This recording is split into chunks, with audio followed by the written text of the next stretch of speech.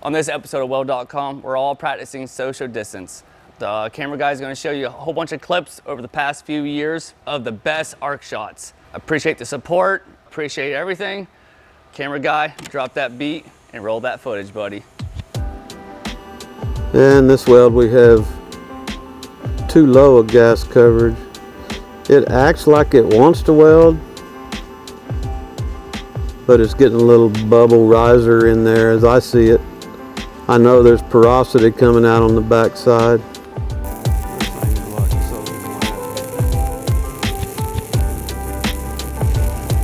You've seen that debris floating back up to the surface. Once again, that's the aluminum oxides, the surface contaminants. And again, I have small little black peppery areas in here. This is over here. This is not a workpiece clamp. This is on pretty much all of your external wire feeders. This is going to send feedback to that external wire feeder and let it know, the amount of amps and volts that's occurring there. Because this is a constant voltage process, the machine has to regulate itself to maintain a nearly constant voltage. Suckback is a condition where I have remelted my root and it draws back inside where it's concave or it has some concavity instead of reinforcement.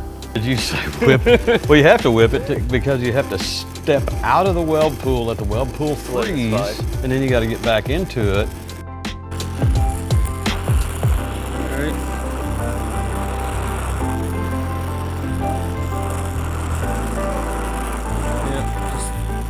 And I want to keep the wire right on the leading edge and roll back and forth across it.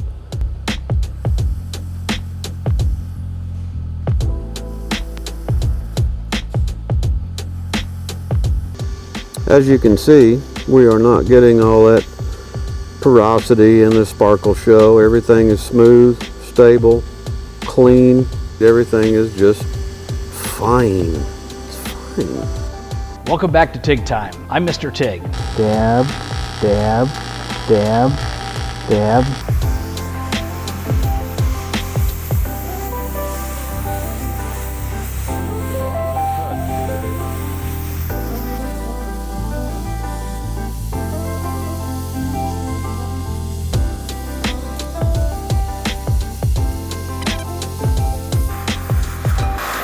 As soon as you make your cut, as soon as you quit your cut. Make sure your bead placement's good and just do a slow, steady push in there. Again, it's not a race.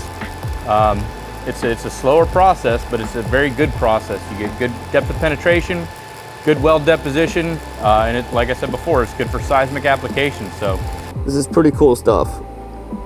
And when these guys sent this rod down, I was like, oh man, this is crazy. See, I'm making sure my keyhole's open. And I'm trying to judge my amperage and spend some time on these sidewalls while I'm pushing a little wire in here, trying to get a blend going.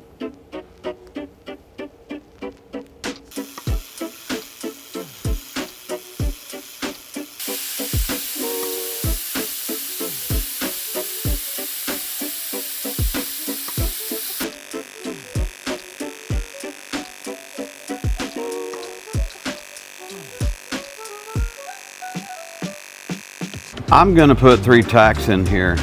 The first one's going to be at 12 o'clock.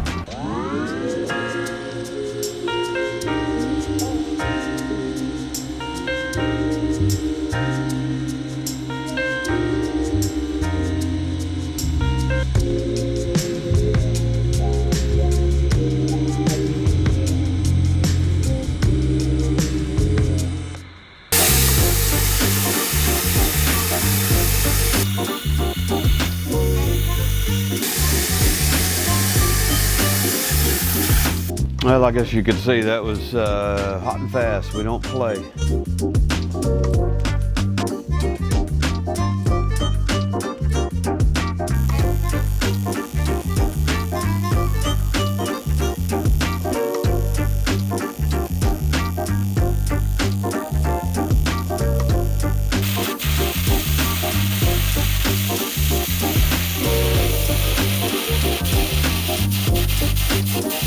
Never ran a weave that wide, so we'll see how it turns out.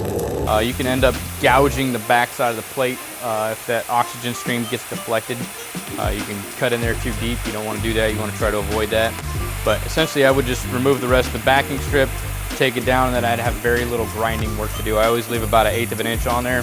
That way I'm sure that, I don't gouge into somebody's test plate, and then clean it up that way. The filler wire is flowing into the pool. And I had a little wire stick there, and that's normal. Wyatt, are we looking good there? It looks great. Okay.